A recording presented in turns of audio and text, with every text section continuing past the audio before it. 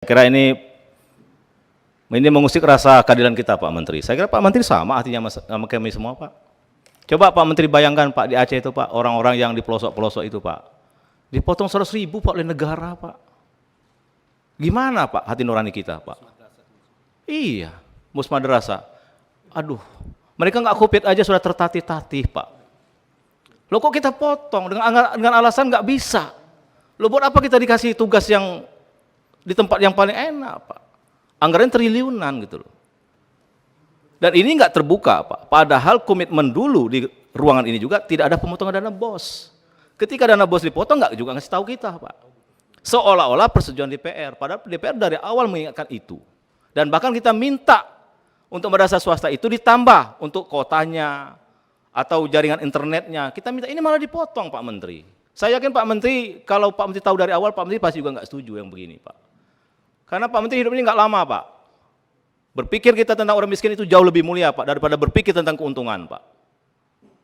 Jadi saya kira hari ini para anggota kita nggak perlu dulu membahas anggaran, ya. Kita clearkan dulu masalah BOS. Kali ini menyangkut orang-orang yang berteriak di bawah itu, Pak. Ya, saya kira ini penting nih, Pak Menteri. Ini nggak ada urusan Menteri Keuangan, Pak Kamar, nggak ada, Pak. Itu di internal Pak Dirjen Pendes itu. Maka saya minta Pak Dirjen Pendes yang baru cobalah komunikatif sama kita gitu loh. Berdiskusi kita. Apa yang nggak bisa kita lakukan kalau kita diskusi dari hati ke hati gitu loh. Jangan kayak main kucing-kucingan setelah heboh di publik baru kita berdebat begini, Pak Menteri. Nggak produktif sebenarnya, Pak. Gitu loh, Pak.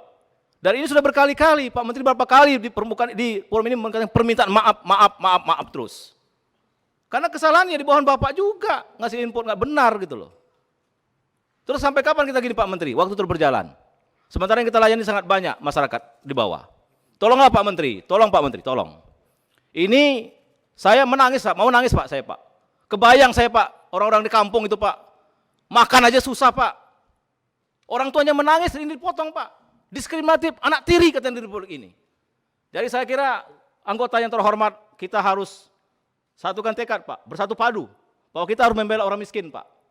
Nggak boleh kita diskriminatif di Republik ini, Pak. Saya Ketua Komisi 8, Pak Menteri bertanggung jawab nih, Pak. Gitu, Pak. Jadi hari ini, menurut saya Pak Menteri, coba Bapak konsolidasi di internal, Pak. Ini kalau hari ini Pak Menteri jawab atau besok diumumkan publik bahwa tidak ada pemotongan BOS, saya itu kado paling indah, Pak, bagi anak-anak miskin.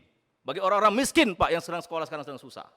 Tapi kalau ini kita teruskan kebijakan yang diskriminatif ini, Pak, saya kira kita zalim, Pak. Apa kita ini duduk di ruangan AC, makan enak, ada kue, ada ini semua negara, Pak, menyiapkan kita, Pak. Sementara uang negara yang memang untuk orang miskin kita potong, di mana nurani kita? Saya sekali lagi tidak terima ini, Pak. Dan saya tidak akan membahas RKL tahun 2001, Pak.